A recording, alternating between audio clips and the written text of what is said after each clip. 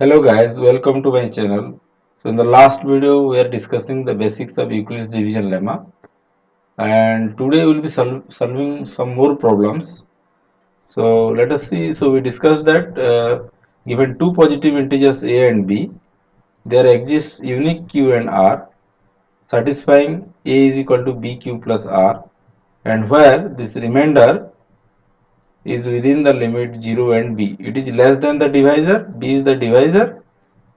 So and it can be 0 or greater than equal to 0. So this is very important, and we also discussed the Euclid's division algorithm to find out the highest common factor. So later in the subsequent videos we will see how we can prove statements related to divisibility property. So in the Euclid's division algorithm we discussed that what we can do. So if we have to find out the HCF of two numbers, suppose a and b. So obviously we will take a is greater than b, and we will divide this a by b, and in the first step we will obtain q and r, it is the quotient and the remainder. So basically, so we can express this in terms of this Euclid's division lemma, that is the b is the divisor into the quotient plus the remainder. So in the first step, if the remainder is 0, so that means in that case the divisor becomes the HCF if the remainder is 0. And if the remainder does not become 0, then what we have to do in the second step, we have to take the divisor as the dividend. So we have to substitute b in place of a, and the remainder becomes the divisor. So we have to substitute r in place of b, and again we have to apply the Euclid's division lemma, and again we have to find out the quotient, suppose q1 and the remainder r1.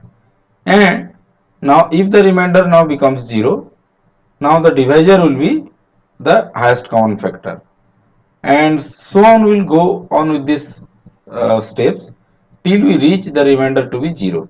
So let us solve more problems. So suppose we have to find out the HCF between 196 and 38,220. So how can we find out this highest common factor? So what we will do, we will assign the larger value to be a.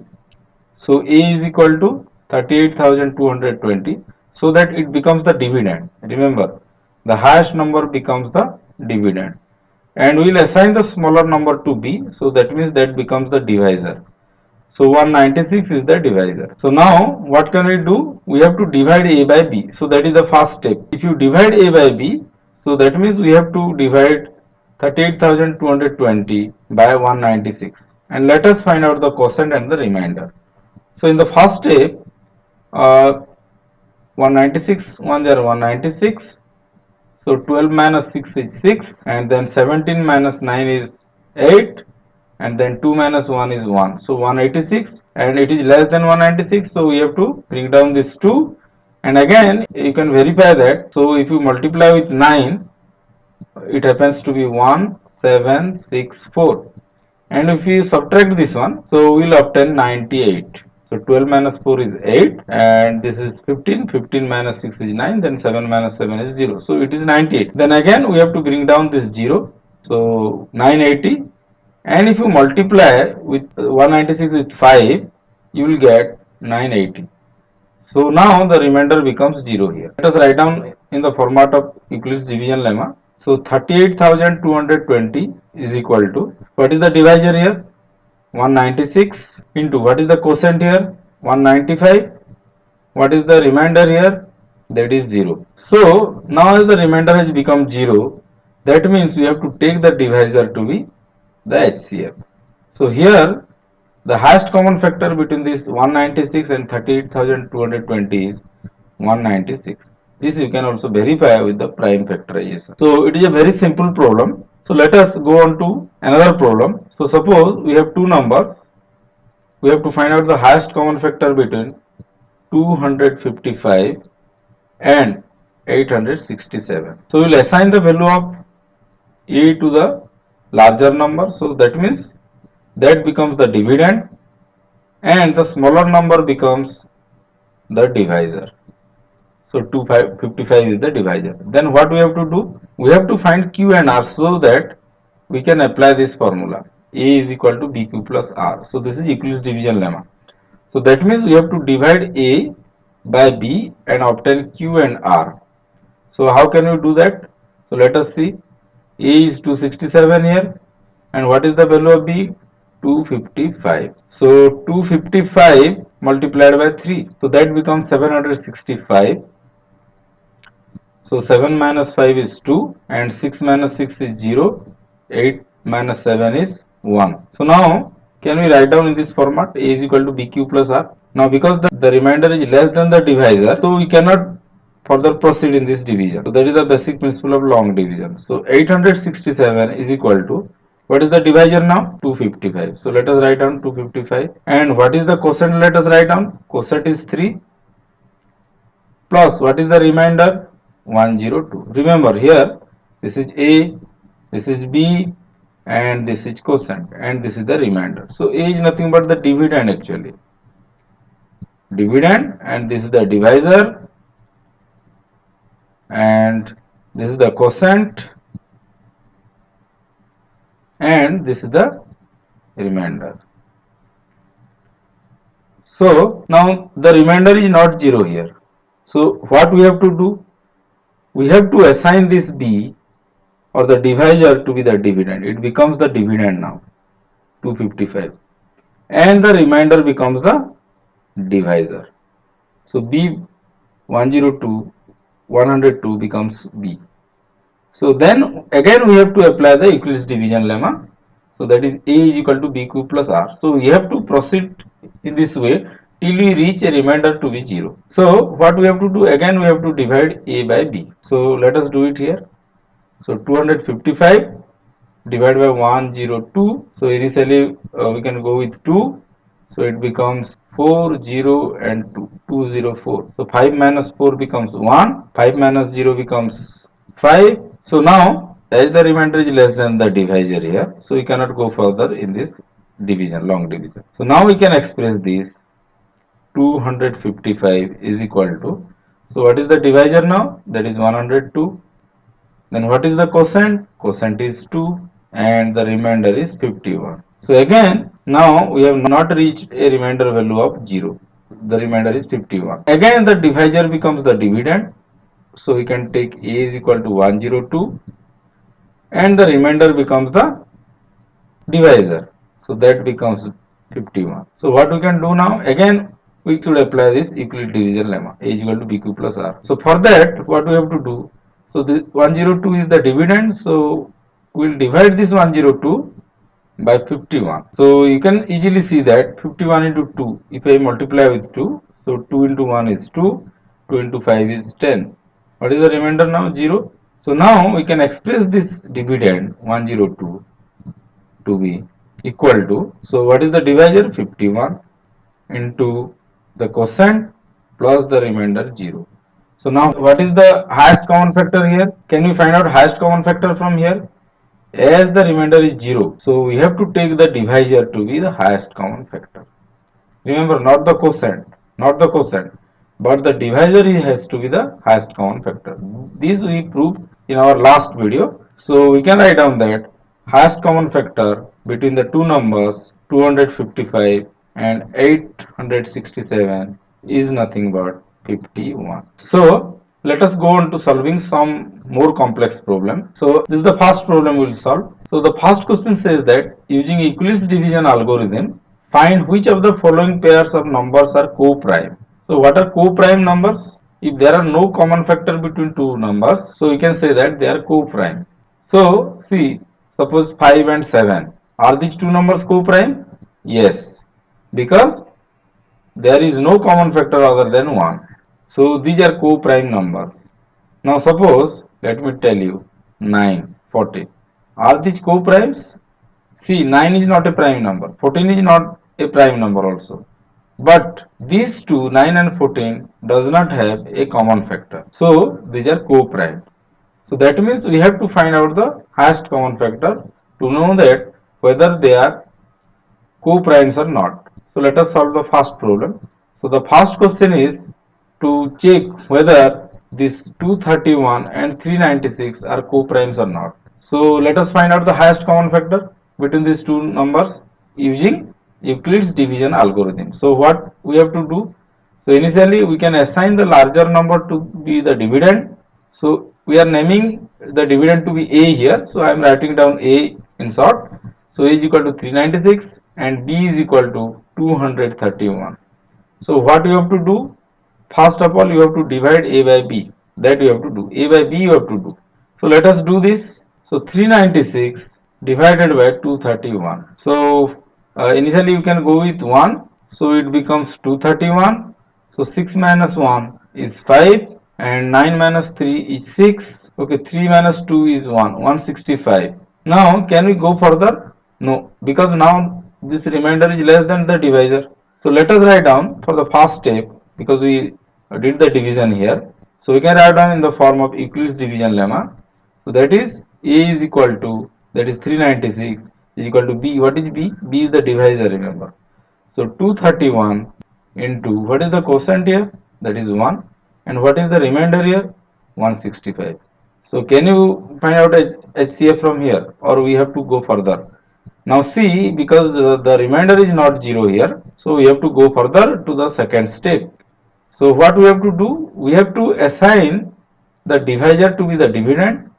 So now A is equal to 231 and the remainder becomes the divisor. Remember, divisor becomes the dividend A and the remainder becomes the divisor 165. So again we should do the division to apply the Euclid's division lemma. So this implies, so the larger number is A, so 231 divided by 165. So we can go with 1, so 165. So 11 minus 5 is 6 and then this is 12. So 12 minus 6 is 6 and this is 1 minus 1 is 0. So we cannot go further again. Remainder is less than the divisor. So we can write down, quickly let us write down 231 is equal to, so first of all we will write down the divisor into the quotient plus the remainder. Again the remainder is not 0. Then that means we have to again go further. So in the third step what we have to do? So again we need to assign the divisor to be the dividend. So A is equal to 165 and the remainder to be the divisor 66. Again we have to divide A by B. So let us divide it here. So 165 divided by 66. Okay, can we go with 3? No, that is larger than 165. So let us go with 2. So 2 6 are 12 and this becomes 132. So 5 minus 2 is 3 and 6 minus 3 is 3 again. Okay. Now let us write down in the form of Euclid's division lemma. So 165 is equal to, first write down the divisor, then the quotient plus the remainder 33. Again the remainder is not 0. That means again we have to go further. So in the fourth step what we can do, again assign the divisor to be the dividend. So A is equal to 66, B is equal to 33 and again divide A by B. So this implies, so let us divide 66 by 33. So the 33 into 2 is 66. So 66 minus 66 is 0. So now let us express this in this form. 66 is equal to the divisor multiplied by the quotient plus the remainder. Now as the remainder has become 0, the highest common factor is this divisor, not the quotient. So we can write down the highest common factor between 231 and 396 is 33. Okay, so are these co-primes? Because now the common factor is 33 here, so these two numbers are not co-primes.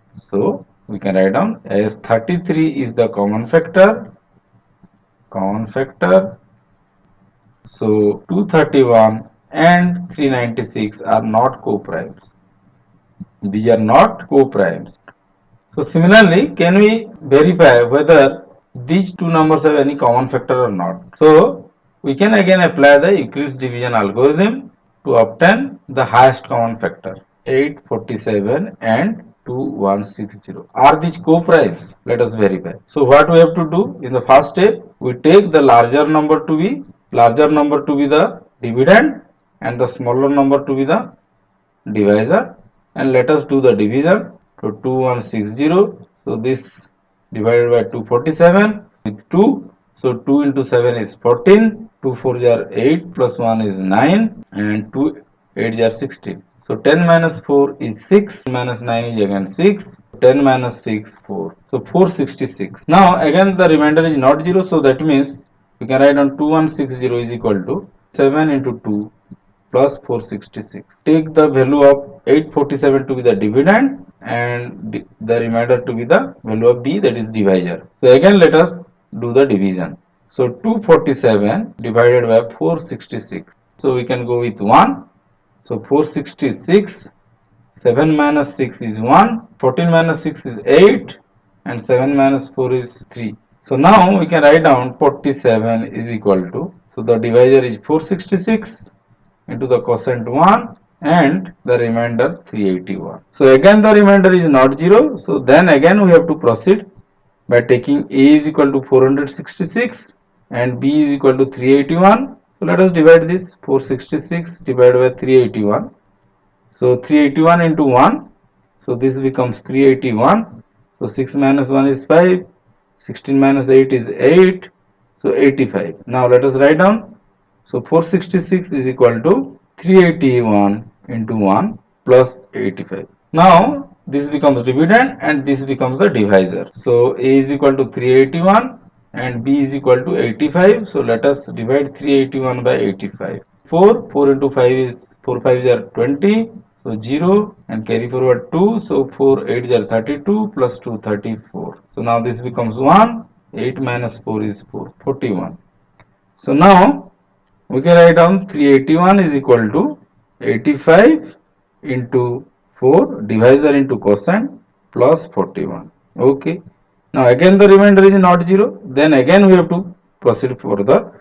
So that is a is equal to, we have to assign this to be dividend, this divisor to be dividend and the remainder to be the divisor. So again divide 85 by 41. So 41 into 2, let us do. 41 into 2 is how much? So it is 2 and 8. So 85 minus 82 is 3. So let us write down in the form of Euclid's division lemma. So 85 is equal to 41 into 2 plus 3. So we take 41 to be the dividend and the remainder to be the divisor. So let us again do the division. So 41 divided by 3. So 3 1 3. So 4 minus 3 is 1 and again 1. So 3 3s are 9. So 11 minus 9 is 2. Remainder is 2 now. So 41 is equal to, we can write down the divisor into the quotient plus the remainder. Now again we have to assign the divisor to be the dividend. So a is equal to 3 and b is equal to 2. The remainder becomes the divisor. And again divide this a by b. So 3 is equal to, you can write down 2 is the divisor. 2 into 1 plus 1. Now again remainder is not 0. So can we go further? A is equal to 2 and b is equal to 1. 2 is equal to, you can write down. So what is the divisor here? 1. And what is the quotient here? 2. And what is the remainder here? 0.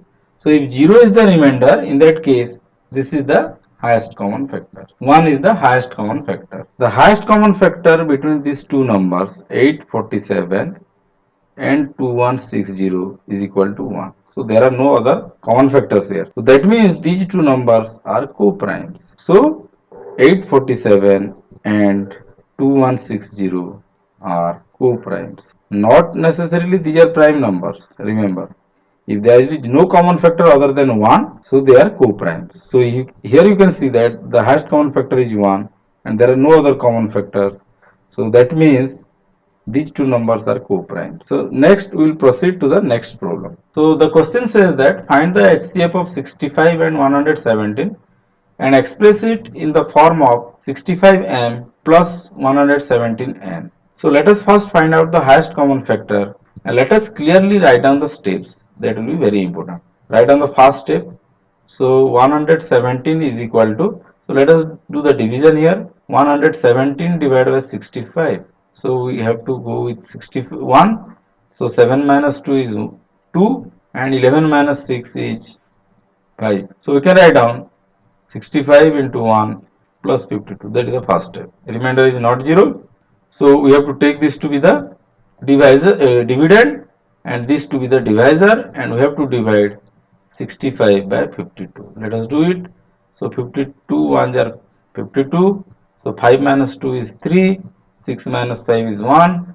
So it becomes 52 into 1 plus 13 in the second step. So let us write down in the third step. So in the third step, we have to take this to be the dividend. So 52 is equal to, and what is the divisor?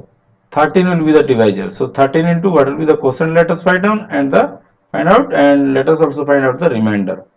So I am doing it here, the division 52 divided by 13. So 13 into 4 is 52. Remainder is 0. So we can write down 13 into 4 plus the remainder 0. Now what is the highest common factor here? Because the remainder is 0 now, this is the highest common factor. So highest common factor between 65 and 117 is 13. So now we have to express this 13 in the form of 65m plus 117n. So you can see that there are three steps here. First, second and third. So as you have to express this in the form of addition of two terms, 65m plus 117n. So we have to use the second step. You can easily find out 13 from here. Take this onto the left hand side. So from equation 2, so we can write down 13 is equal to, so 65 is on the left hand side. So you can take this onto the left hand side and it becomes negative. So minus 52 into 1. So but still we did not get in this form of 65m plus 179. Though we got 65 here, 65 into 1, but still the second term we did not get. So for that we have to use equation 1. So you can see that here 52 is there, and from equation 1 we can find out 52 and substitute here in this equation 4. So from equation 1 let us write down 52 is equal to, so we can write out 117 minus 65 into 1. You see that now 52 is expressed in terms of 117. Okay. So let us now put it in equation 4 in place of 52.